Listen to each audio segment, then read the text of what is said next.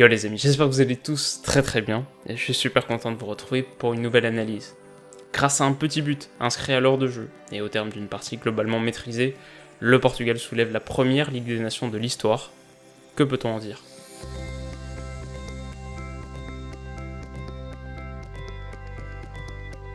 Alors déjà d'un point de vue organisation collective et ajustement tactique, on attendait une réaction de la part du Portugal, quelques jours seulement après avoir triomphé de la Suisse, avec pas mal de réussite. Mercredi dernier, Fernando Santos avait opté pour un 4-4-2 qui associe en pointe Ronaldo, un João Félix, un 4-4-2 qui a pris progressivement la forme d'un losange avec Bernardo Silva sous le duo et un autre triangle Ruben Neves, William Carvalho, Bruno Fernandes plus bas. Et niveau animation défensive, c'était pas loin d'être catastrophique. Et la Suisse, notamment par l'intermédiaire de Shaqiri, s'est vraiment régalée entre les lignes, a dominé le match pendant de très longues séquences, 16 tirs à 10 au final. Il y avait tout simplement beaucoup trop d'espace à exploiter devant la défense. Mais hier, visiblement la leçon était retenue. Exit Félix et Neves, retour de Danilo Pereira en sentinelle, et place à un 4-3-3 qui avait pour but principal de verrouiller l'axe. Et ça a marché. Pendant plus d'une heure, les Pays-Bas ont eu un mal fou à infiltrer le couloir central et ont été condamnés à contourner le bloc portugais. Ils doivent attendre la 65e minute pour tenter leur premier tir, c'est une tête cadrée de Memphis, et finissent d'ailleurs la partie avec seulement 4 tirs, dont 3 têtes, un très beau symbole de leur incapacité à percer l'axe. 4 tirs donc pour les Pays-Bas, mais 18 pour le Portugal. Et c'est un déséquilibre qui s'explique notamment par le fait que les Portugais sont très enclins à tenter leur chance de loin. Sur ces 18 tirs, 11 sont depuis l'extérieur de la surface. Contre la Suisse en demi-finale, c'était déjà le cas pour 5 de leurs 10 tentatives, et quelque part c'est logique.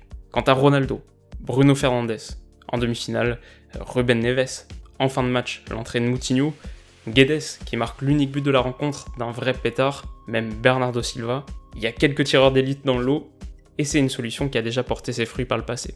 Donc voilà, bien sûr c'est pas l'enseignement du siècle, mais disons que j'entends pas trop de monde en parler, et pourtant de toutes les équipes que j'ai vues cette année, je sais pas si j'en ai une autre en tête qui est aussi prompte à dégainer de loin.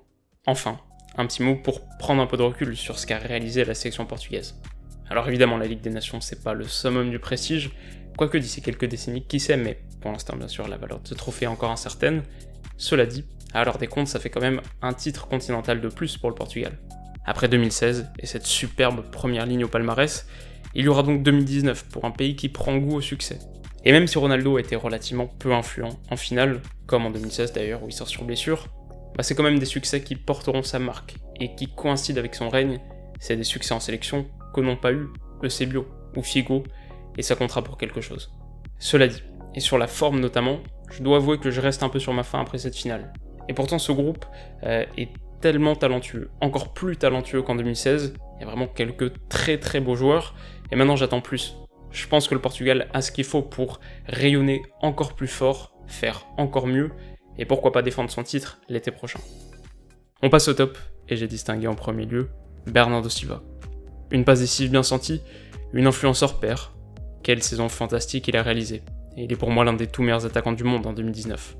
En seconde position ensuite, un petit mot pour Danilo Pereira, le trinco de Porto, qui a verrouillé l'entrejeu, et le mutisme hollandais lui est en grande partie imputable. Enfin, on aurait pu mentionner le gros travail de Ruben Dias, qui, comme contre la Suisse, a été excellent hier, mais j'ai voulu récompenser Fernando Santos. Après une demi-finale hésitante, il a trouvé la solution, et conduit son groupe à un nouveau titre continental. Son coaching aussi a été pertinent. À noter par exemple la très belle entrée de Rafa Silva. Niveau flop ensuite, ça ira vite, puisque le trio Babel, Bergwijn, Memphis a manqué de tranchant.